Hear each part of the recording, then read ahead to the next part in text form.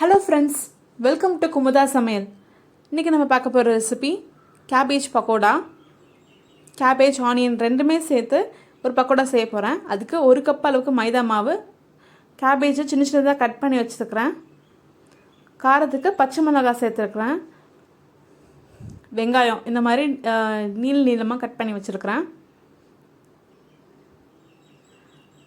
பச்சை மிளகாய் வேணாலும் நீங்கள் சில்லி பவுடர் கூட ஆட் பண்ணிக்கலாம். இப்போது லைட்டாக கொஞ்சமாக வந்து சில்லி பவுடர் ஆட் பண்ணியிருக்கேன். ஆட் பண்ணிவிட்டு பேக்கிங் சோடா கொஞ்சோன்னு ஆட் பண்ணியிருக்கிறேன். ஆட் பண்ணிவிட்டு உப்பு சேர்த்துட்டு நல்லா மிக்ஸ் பண்ணி விட்டுட்டு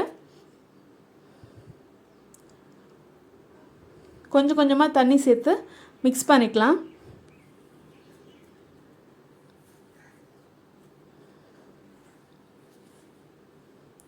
கலருக்காக வந்து கேசரி கலர் ஆட் பண்ணுறேன்.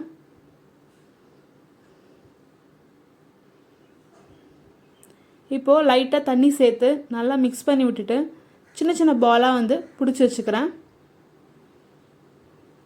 இப்போது இந்த பால்ஸ்லாம் ரெடி பண்ணிவிட்டு பொரிச்சு எடுத்துடலாம். நீங்கள் கரெக்டாக தண்ணி ஊற்றலைன்னா வந்து இந்த மாதிரி பால் உங்களுக்கு கிடைக்காது. இப்போ ஒரு கடாயில் எண்ணெய் நல்லா சூடானதுக்கப்புறமா நம்ம எடுத்து வச்சுருக்கிற பாலெல்லாம் வந்து போட்டு எடுத்துடலாம்.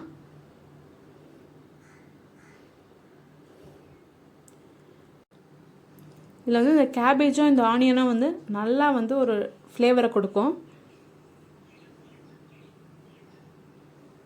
சீக்கிரமாகவே வந்து வெந்துடும். ரொம்ப வந்து ஹை ஃப்ளேமில் வச்சிங்கன்னா வந்து வெளியே வந்து நல்லா தீஞ்சிரும், உள்ளே வந்து வேகாமலே இருக்கும். ஸோ மீடியம் ஃப்ளேம்லேயே வச்சு பொரிச்சு எடுங்க.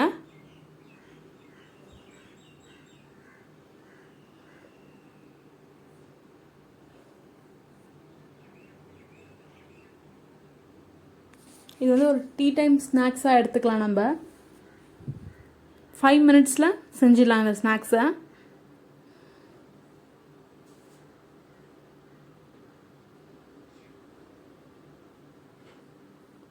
உள்ளே நல்லா குக் ஆகிடுச்சான்னு பார்த்துட்டு அதுக்கப்புறமா ஆயிலேருந்து எடுத்துருங்க.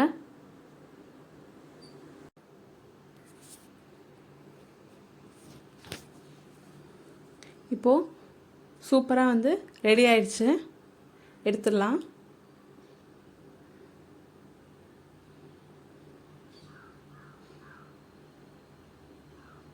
இதே மாதிரி எல்லா பேட்சையும் போட்டு எடுத்துடலாம். அவ்வளோதான் ஃப்ரெண்ட்ஸ், சூப்பரான ஒரு கேபேஜ் பக்கோடா ரெடி ஆயிடுச்சு. நீங்களும் இந்த ரெசிபியை உங்கள் வீட்டில் ட்ரை பண்ணி பாருங்கள். என்னுடைய மற்ற எல்லா வீடியோஸையும் வந்து மறக்காமல் செக் பண்ணுங்கள். குமுதா சமையலை சப்ஸ்கிரைப் பண்ணுங்கள். Thanks for watching. Thank you.